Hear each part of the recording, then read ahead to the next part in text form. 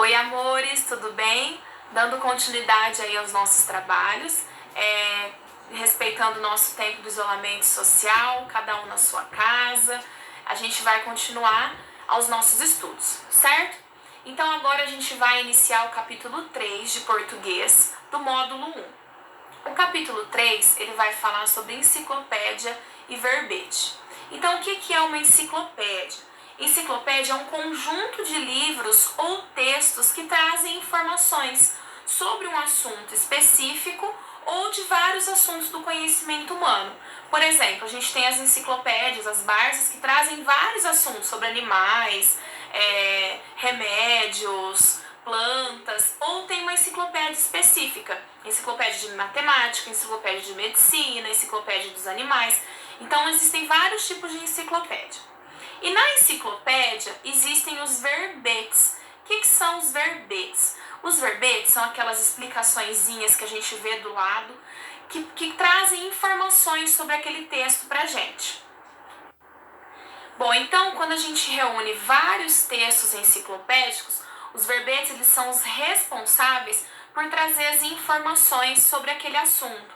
Então, por exemplo, se o texto está falando sobre um determinado animal, o verbete vai trazer informações sobre aquele animal, onde ele vive, do que ele se alimenta, as suas características, altura, peso. Então o verbete ele traz informações, ele acrescenta o nosso texto.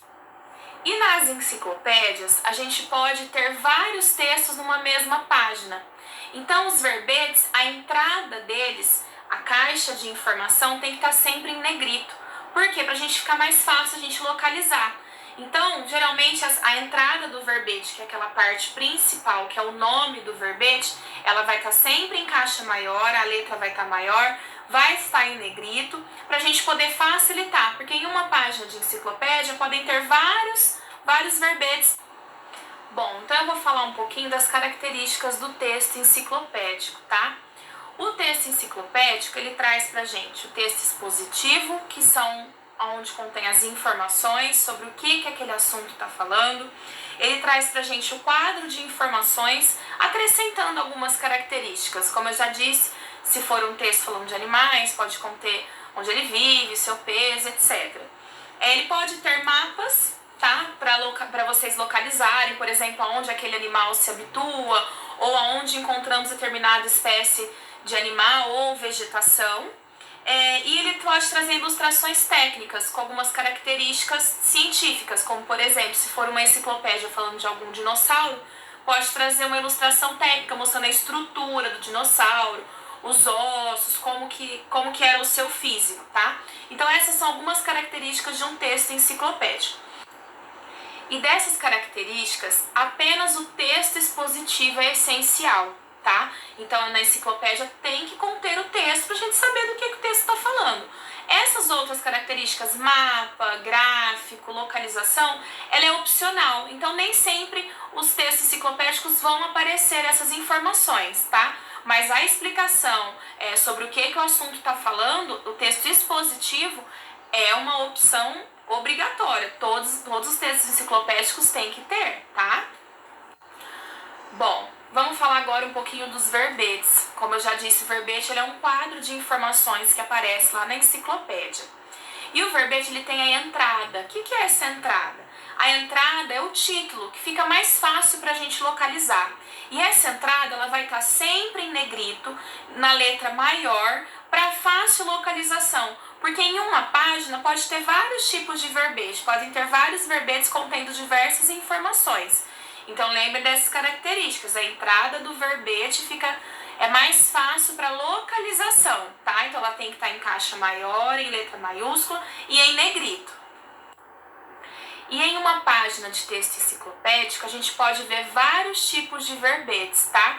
Os verbetes podem aparecer com gráficos, com mapas ou simplesmente contendo algumas informações, tá bom?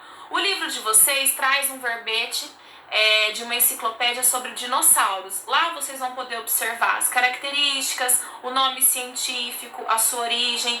Então lá vocês vão ter uma noção do que é um verbete. Eu vou colocar para vocês algumas imagens também de alguns verbetes para vocês entenderem um pouquinho mais sobre o que se trata, tá bom?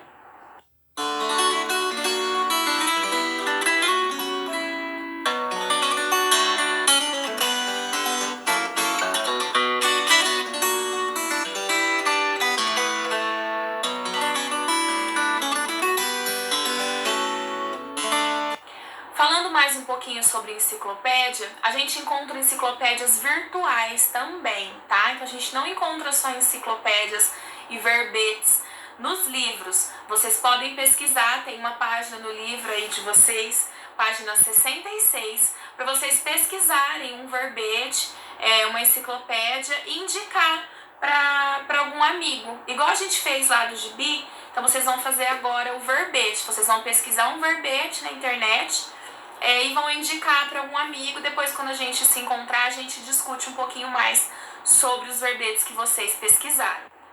Continuando o nosso capítulo 3, o livro traz pra gente o som da letra H.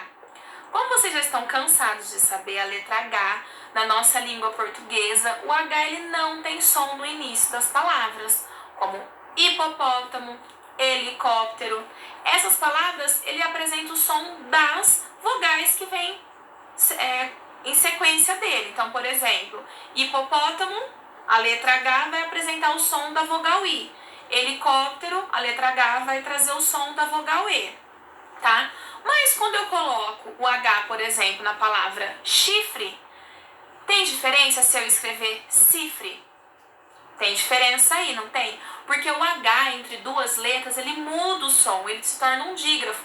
Então ele fica com o som de X. CH fica semelhante ao som de X. Então o H, quando ele está no meio das palavras, ele muda, ele altera o som dessa sílaba, tá?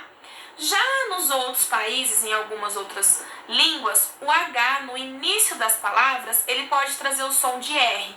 Como, por exemplo, a nossa palavra, que um restaurante famoso que a gente conhece, Habib's. Começa com H, mas ele traz para nós o som de R. Por quê? Porque essa palavra não é portuguesa. Essa palavra lá é um restaurante árabe, então lá eles utilizam o H no começo das palavras, mas o som da pronúncia dele é diferente. O som dele é de R, tá? Por isso que tem essa diferença. Na nossa língua portuguesa, o H no início das palavras não tem som.